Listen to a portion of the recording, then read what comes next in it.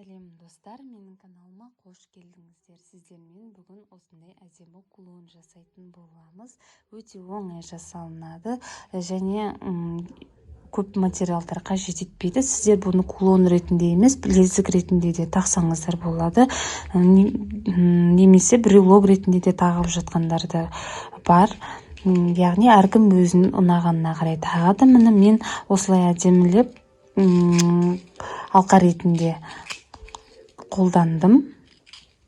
Жаз мезгіліне өте әдемі сәнді көрінеді. Егер ұнап жатса, менімен бірге тоқып үйреніңіздер. Ал енді бізге қажетті заттармен таныс болайық. Ол үшін бізге қажетті заттар: мен 2 түспен тоқимын. Көк және мынадай сары золотистый. Осы 2 түспен тоқимын және жай ғана лескада тоқимын. Бисердің иінесі және қайшы қажет болады. Ал енді дайын болсақ бастайық. Ал достар, мына инемізді жіпті инеден өткізіп алдым. Яғни сабақтап алдым. Енді қатты ұзын жіп керек емес негізінде. Міне менікіндей жіп алсаңыздар жеткілікті. Енді жұмысымызды бастаймыз. Ең алдымен бізге бір сары және бір көк түсті бисер алу керек.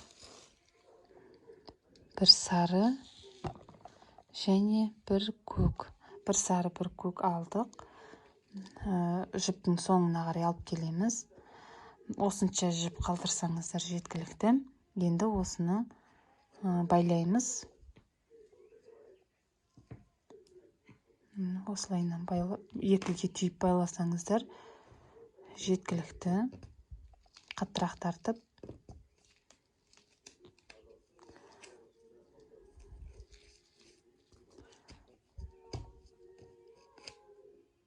Енді мына көктен шығамыз жоғары қарай. Ары қарай жалғастырамыз. Енді бізде бір көк бисер аламыз. Төменнен жоғары қарай.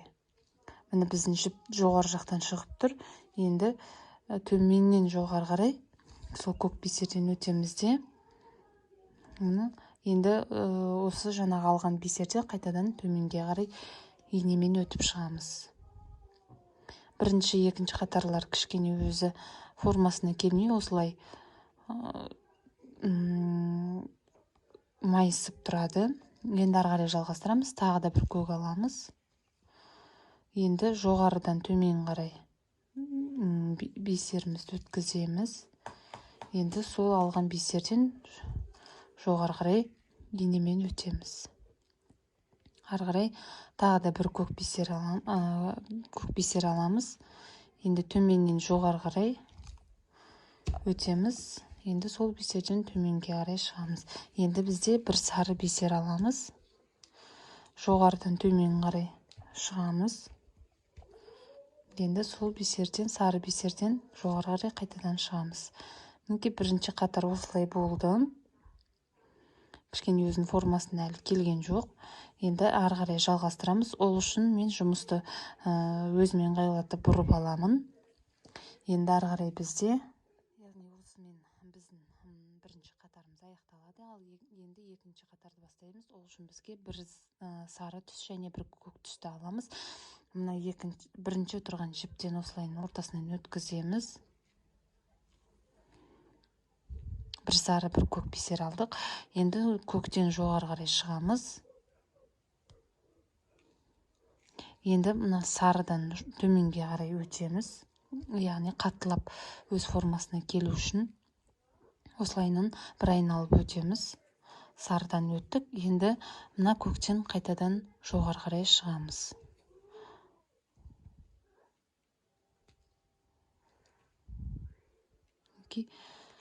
Өзінің формасына келді. Кішкене қаттырақ тартып дұрыстап аласыздар.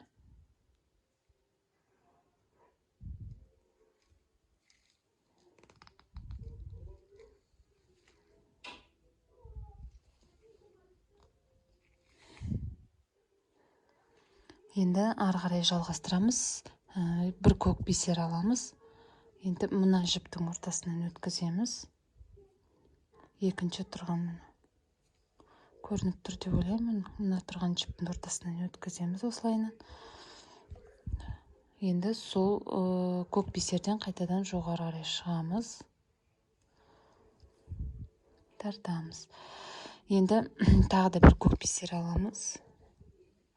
Мына тұрған жіптің ортасынан өткіземіз. Енді сол көк бисерден қайтадан жоғары қарай шығамыз. Енді тағы да бір көк бисер аламыз. Мына жіптің ортасынан осылайынан өткіземіз. Көрініп тұр деп ойлаймын. Енді сол көк бисерден жоғары қарай қайтадан шығамыз. Енді тағы да бір көк бисер аламыз. Мына жіптің ортасынан өткіземіз осылайынан. Жоғары қарай сол көк бисерден шығамыз. Енді бір золотистый бисер аламыз. Енді мынау қарап отырсаңыздар, мынау көк бисер мен астына золотистыйдың ортасына жіптен осылайынан шығамыз да, алынған золотистыйдан жоғары қарай шығамыз қайтадан. Түзейміз. Екінші қатар осымен аяқталады. Ал енді ары қарай жалғастырамыз. Яғни үшінші қатарды бастаймыз. Енді үшінші қатарды бастаймыз. Ол үшін бізге екі золотистый бисер аламыз. Бірінші тұрған жіптің ортасынан өткіземіз.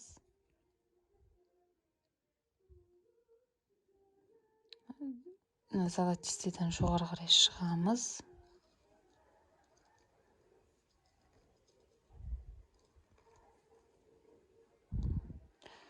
Золотистыйдан қайтадан төменге қарай өтеміз де, қайтадан золотистыйдан, екінші золотистыйдан жоғары қарай шығамыз.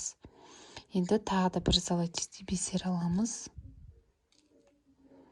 Жіптің ортасынан өткіземіз. Жоғары қарай сол золотистыйдан шығамыз. Енді бір көк бисер аламыз. Мынау жіптің ортасынан өткіземіз. Сол көктен жоғары қарай қайтадан шығамыз. Тағы да бір көк бисер аламыз. Мына жіптің ортасынан өткіземіз. Жоғары қарай сол бисерден қайтадан шығамыз. Енді бізде қатарынан үш сары бисер өткіземіз. Яғни бірінші сары, мына жіптің ортасынан өткіземіз. Жоғары қарай шығамыз. Екінші сары бисер, мына жіптің ортасынан өткіземіз. Жоғары қарай сол сарыдан шығамыз. Және үшінші сары бисерді аламыз. Мына жіптің екі сарының ортасындағы жіптен өткіземіз де, сол сарыдан қайтадан жоғары қарай шығамыз.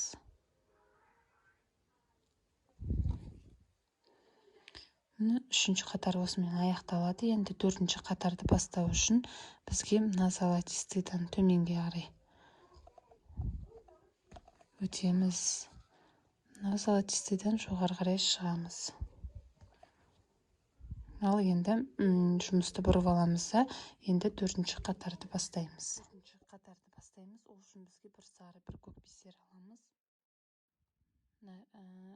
Бірінші тұрған емес, яғни сары мен көктің емес, екі көктің ортасындағы жіптен өткіземіз. Жоғары қарай көктен шығамыз. Енді сарыдан қайтадан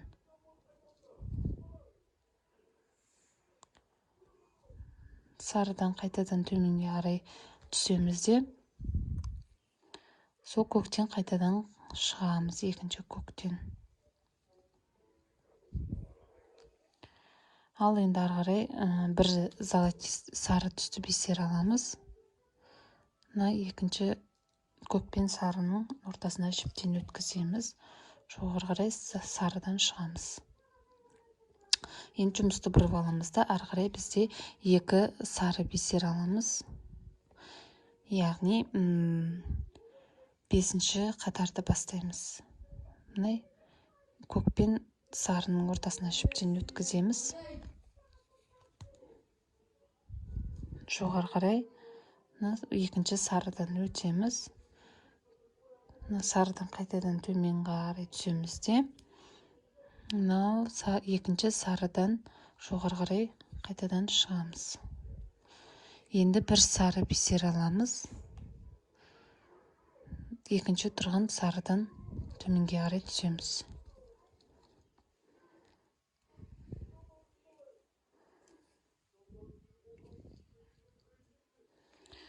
Түстік. Енді мына бисерлерден өтеміз.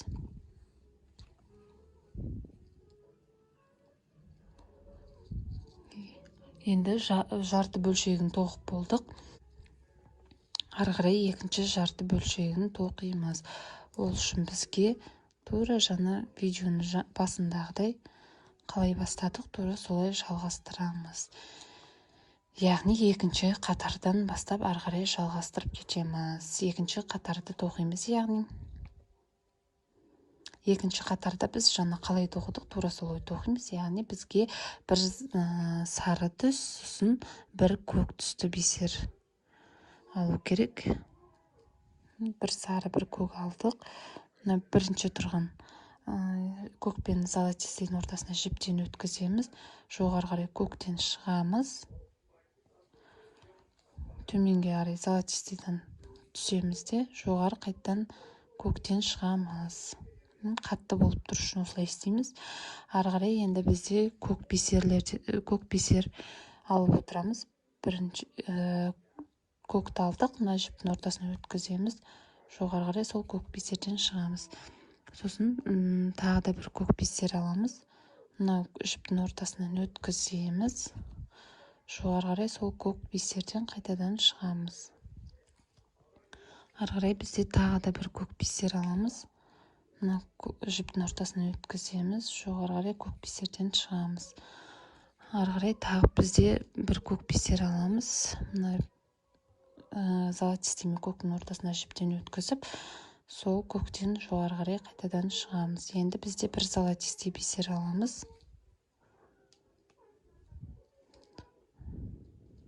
Мына көк пен золотистыйдың ортасына жіптен өткізіп, золотистыйдан жоғары қарай шығамыз. Мына осындай болып шығады. Яғни жұлдыздың жартысы, жарты бөлігін тоқып болдық, енді жартысы қалады. Сол жарты бөлігін тоқимыз.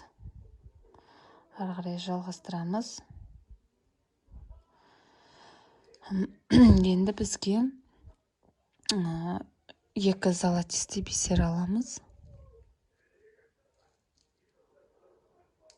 Екі золотистый алдық. Мына көк пен золотистыйдың ортасынан өткіземіз де, сол золотистыйдан жоғары қарай шығып, қайтадан төмен екінші золотистыйдан өтіп, осылайынан өтіп шығамыз.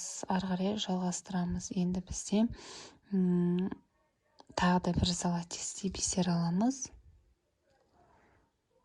Мына жіптің ортасынан өткіземіз. Сол көк золотистыйдан қайтадан жоғары қарай шығамыз. Ары қарай бізде екі көк бисер аламыз. Бірінші көк, мына көктің ортасынан өткіземіз. Сосын екінші көк бисерді аламыз. Мына көктің ортасынан өткіземіз. Ары қарай бізде үш золотистый бисер қатарынан бір-бірден өткіземіз. Бірінші золотистый, мына жіптің ортасынан өткіземіз екі көктің. Тағы да бір золотистыйды аламыз, мына жіптің ортасынан өткіземіз. Сол золотистыйдан жоғары шығамыз. Енді тағы да бір золотистый аламыз да, екі золотистыйдың ортасына жіптен осылайынан өткізіп, сол золотистыйдан қайтадан жоғары қарай шығамыз. Енді бізде төмен мына золотистыйдан түсеміз. Мына золотистыйдан жоғары қарай шығамыз. Енді ары қарай жалғастырамыз. Мына сарыдан шығып алдық. Енді жұмысты бұрамыз да, ары қарай бізде бір золотистый және бір көк бисерді аламыз. золотистый бір көкті алдық. Енді мына екі көктің ортасындағы бисерден, жіптен өткіземіз. Көктен қайтадан жоғары қарай шығамыз. Сарыдан төмен шығамыз. Көктен жоғары қарай қайтадан шығамыз. Енді бізде тағы да бір золотистый бисер аламыз, яғни сары бисер. Көк пен сарының ортасына жіптен өткіземіз де жоғары қарай сол золотистыйдан қайтадан шығамыз. Енді бізде екі сары бисер аламыз. Екі сары алдық, яғни жұмысты бөліп аламыз. Ары қарай мына екі көк пен золотистыйдың ортасынан өткіземіз. Жоғары қарай сол алынған сары түсті бисерден шығамыз. Төменге қарай екіншісінен өтіп, жоғары қарай қасындағысынан инемен шығамыз. Міне осындай болды. Енді ары қарай бізде соңғысы бір золотистый бисер аламыз. Мен негізі видеода қарап отырсаңыздар, сары бисерді қайта золотистый бисер деп айтып жатырмын. Сіздер шатаспаңыздар. Мына екінші осылайынан тұрған золотистыйдан өткіземіз. Осымен аяқталады. Осылай бисерлерден өтіп шығасыздар.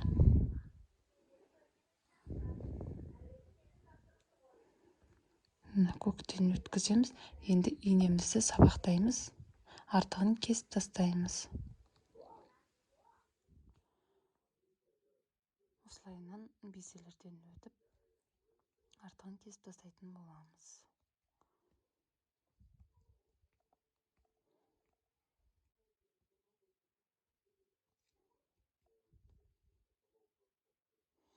Енді артығын кесіп тастаймыз. Осындай болып шығады. Мына жақтағы артық жіпті де түбінен кесіп тастасаңыздар енді болады. Осындай әдемі жұлдызшамыз пайда болды. Мінекей өте оңай әрі тез жасалынады. Яғни достар, енді сіздерге ұнап жатса, менімен бірге жасап көріңіздер және комментарий қалдырыңыздар, және менің каналыма тіркелуді ұмытпаңыздар.